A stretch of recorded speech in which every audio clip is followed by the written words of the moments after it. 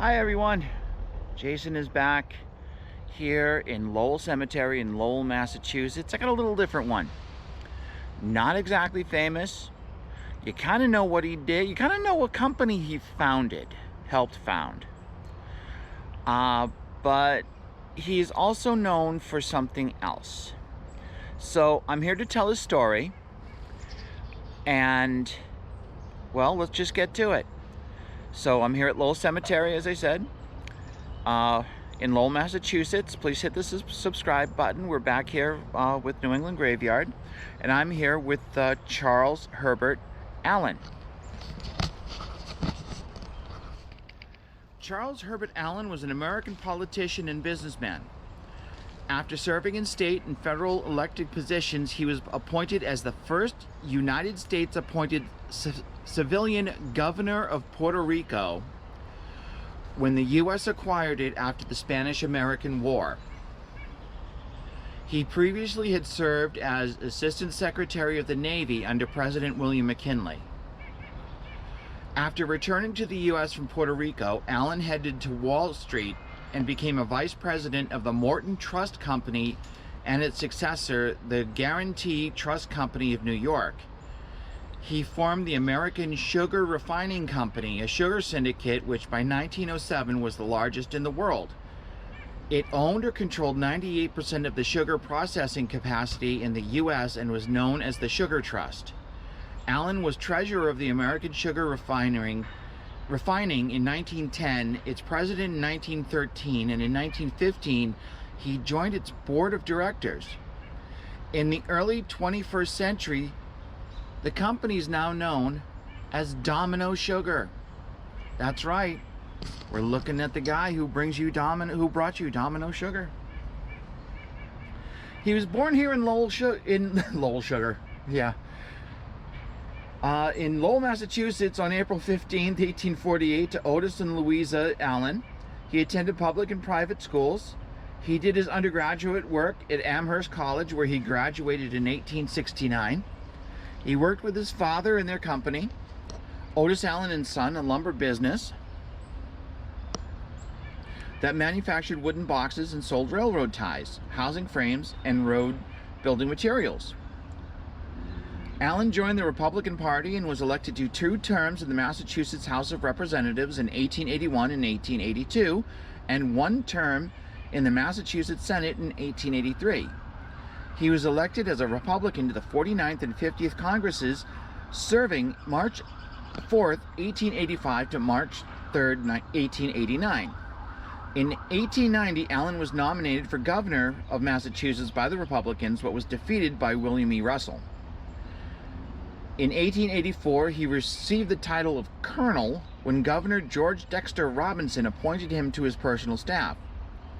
He also was appointed to the Massachusetts Prison Commissioner as the Prison Commissioner from 1897 to 1898. In 1898, President William McKinley named Allen as Assistant Secretary of the Navy when Theodore Roosevelt resigned the post to enter the Spanish-American War. He held this post from 1898 to 1900. When the war ended, President McKinley appointed Allen as the first civilian governor of Puerto Rico, and he served from 1900 to 1901. Although Allen had a business background, his financial administration of Puerto Rico had been criticized by historians Thomas Atkin Jr. and Manuel Maldonado Dennis. The revenue for the island's government was raised eternally, mostly from tariffs, sales taxes, and property taxes. During Allen's tenure, this annual budget equaled the 4.4 million pesos the Spanish had spent in 1897, but without expenses for a 5,000-man garrison of the former contributions to the Catholic Church. Due to this reduced overhead, the island should have had a substantial budget surplus, but Allen's administration did not provide many benefits for the people. He ignored the appropriation requests of the Puerto Rican House of Delegates and refused to make any municipal, agricultural, or small business loans. He built roads at double the old costs. 85% of the school-age population did not have schools. Instead of making needed infrastructure and educational investments, Allen redirected the insular budget to no-bid contracts for U.S. businessmen, railroad subsidies for U.S.-owned sugar plantations, and high salaries for U.S. bureaucrats in the island government. Allen was also listed as one of the politicians in the lumber and timber business in Puerto Rico. By the time Allen left in 1901, nearly all of the governor's 11 members executive council were U.S. Confederates. Half of the appointed offices in the government of Puerto Rico had been given to visiting Americans, 626 of them with top salaries. After resigning as governor in 1901, Allen headed to Wall Street and joined the House of Morgan as vice president of both Morgan Trust Company and the Guarantee Trust Company of New York. Through these connections, he built a sugar syndicate in Puerto Rico. By 1907, this syndicate, the American Sugar Refining Company, owned or controlled 98% of the sugar processing capacity in the United States and was known as the Sugar Trust. By 1910, Allen was the treasurer of the American Sugar Refining Company. By 1913, he was its president, and by 1915, he sat on its board of directors, while Allen built the largest sugar syndicate in the world. His political appointees in Puerto Rico provided him with land grants, tax subsidies, water rights, railroad easements, foreclosure sales, and favorable tariffs. Today, the Allen Sugar Syndicate is known as Domino Sugar. So what we've been looking at is a rather large monolith to him and his wife against the backdrop of the fall colors here in Lowell, Massachusetts. But back here are where he and his wife are buried.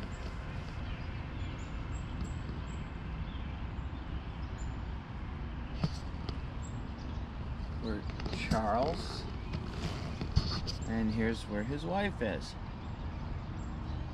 Now, if you want to come visit him in Lowell, it's very easy. He's close to the back entrance. Show you around.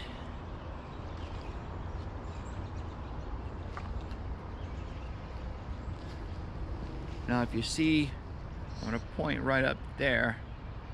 If you're a fan of Moxie soda, the man who created it, right up there. Charles Augustine, I believe. Check one of our early videos of one of the earliest videos of New England Graveyard. We covered the man who created Moxie soda. Very popular soda here in New England, especially more up in Maine. So I wanted to show his I wanted to share his story, and plus, you know, when you go to the store and you get yourself a bag of sugar, see if I can get some better light. It's very early morning as I'm recording this on Halloween Day 2024. So I want to thank you all for watching this. Please subscribe, give me a thumbs up, and ring the bell. Do you use Domino Sugar? Let me know what recipes you use. What do you use it for? Let me know down in the comments below. Love to hear from you. Always love to hear from you.